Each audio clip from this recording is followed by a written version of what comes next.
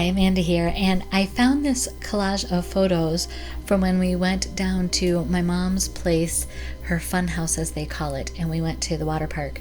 So this is a piece of white daisy cardstock that I have gessoed with clear gesso, and then I'm going to take just one of the plastic bags that any paper collection comes in from close to my heart, and I'm decided to use the Beach Day papers. So those are the colors inks that I have here. I thought I might use some gold shimmer trim, but I don't end up using that, spoiler alert.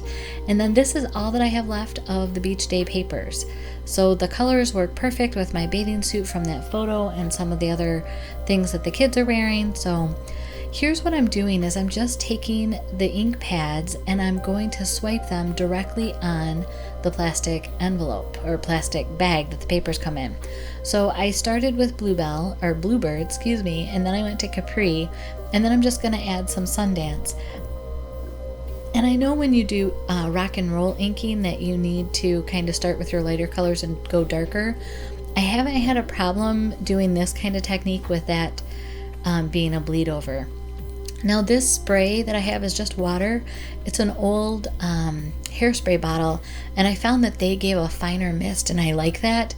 So I'm not going to use a paintbrush and swirl these around at all. I'm just going to lay my paper down in it and then use the brayer here to just kind of give it time to soak in and help it soak in, because that gesso really does protect your paper so it absorbs a little differently and it can interact and kind of blend a little more.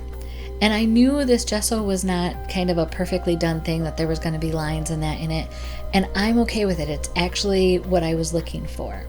So while I was waiting for the paper to dry, I went ahead and cut the little thumbnail images from this photo booth photo out, and also die cut the photo strips or the film strips, and then I'm going to put the thumbnails on the film strips because I just thought, how perfect. You can't get any better for sizing for that as far as I'm concerned. At first I thought I was going to do the film strips up just to kind of give some balance to the page, but with how the little thumbnails are oriented, it needed to be more horizontal, but I still want them poking up behind the photo, so you'll see I end up playing with that a lot. This is also from the photo booth, and it has Sandy Pines where we're at, and then also the date. So here I'm going to start gathering the embellishments from the sticker sheet, and because I'm not sure what direction I'm going in, I'm going to go ahead and use my embossing buddy and take the stickiness off, and that'll allow me to try it in multiple places as I figure out what direction we're going in on this layout. This is a zip strip with the sunglasses on it, and I thought, it's a beach day, this just works perfectly.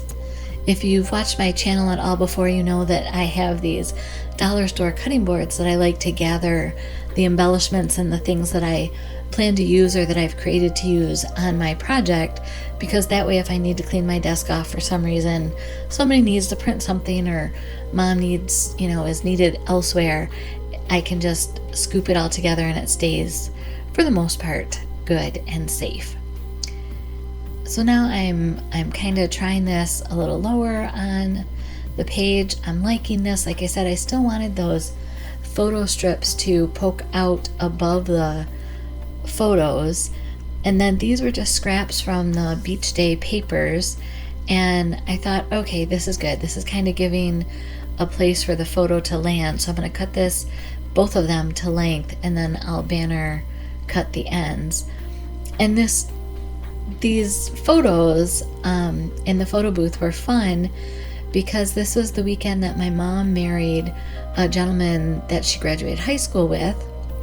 My dad passed away many, many years ago prior to this, and she had been missing that companionship, and so it was really neat when she connected with Lou and they got married, and it was kind of funny seeing my mom in love. And I don't mean funny, haha, but just it's a different sensation. Not all children get to experience that. As my brother said, it's not every son that gets to give his mother away at a wedding. So here I went and mixed with my texture paste 3 to 4 drops of black reinker, just the regular black reinker, not the intense black. And then I'm using one of the stencils that kind of has this squiggly movement to them. And I don't want to get any of the black on the photo, so just to be safe, I went ahead and pulled that off. And then I will make the 3 sections of these squiggles just in kind of different directions, hopefully guiding your eye towards the photo. For me, that's always the goal in scrapbooking, is to highlight the photos and to tell the story. And you don't have to have a photo to tell your story, but if you're creating memories or preserving memories through journaling or scrapbooking, you still want your embellishments to support that story. I had mixed up a little too much of this black tinted texture paste, so instead of just washing it down the drain, I took this piece of Sundance paper from the Beach Day collection, and I'm going ahead and making some waves on there. And I don't know if I'll use those for Halloween cards or some other project, but it gives me some options. So by the time I cleaned up my knife and my multi-purpose mat piece and put my texture paste away, the paste was dry on this layout. So here I can kind of start assembling things again and dry fitting where I want. As you can see, I pulled more embellishments. This red tag came from a project that I was doing earlier in the week, and I had cut it out but didn't end up using it. The Endless Summer and this summer signpost, along with the beach ball and the sunscreen and the my favorite place, my happy place, and the date image here, all came from the sticker sheet. So it's for me, it's perfect. The sticker sheet is gonna help me create this layout so quickly, and again, it all supports the story of us being at the water park at Sandy Pines.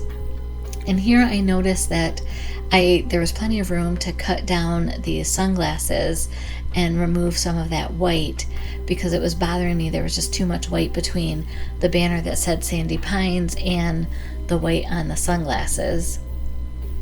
And then I realized, oh, you have the blue My Happy Place sticker, so I'll swap those out, and then it's much happier. And I'm looking at this and I'm like, okay, I'm happy where everything is, so I'm going to go ahead and glue it all down. And I don't know about you, but if I take everything off my layout and then try to glue it back down, I never get it to where I liked it and where I fussied to get it. So I've learned to kind of pull things up for the most part and glue them right where they are, and then I tend to be happier with my results. I didn't necessarily feel that this page needed a title. It'll be in and amongst other pages from the wedding weekend, because no surprise to anybody, there were a lot of photos taken for that weekend, and I already gave my mom and Lou a book. I'd actually started it so that all I had to do was get the photos printed, and then they could go right in the album. So here on that date stamp, I just wrote wedding weekend just because we knew the date. It was already on the banner there, but it's a memory. It's a trigger thing of, oh, that was the wedding weekend. So things like that. For me, if you have those trigger words that trigger the memory, go ahead and try to include them. So I'm looking at this layout and it needs something. So I decided that I'm going to cut some of the outside of my main page off and frame it. And even after I did that, it still needed that frame of black. So it's just a real thin 1/16 of an inch black frame around, and then just under a 1/2 inch of the red stripes. Almost done here. I figured now that I've had that black frame, it needs some shimmer brush, so I went ahead and tapped that on there. And it also coordinates with the black of the textured paste that I added. And once I get these off, then I realized, oh, I still need something.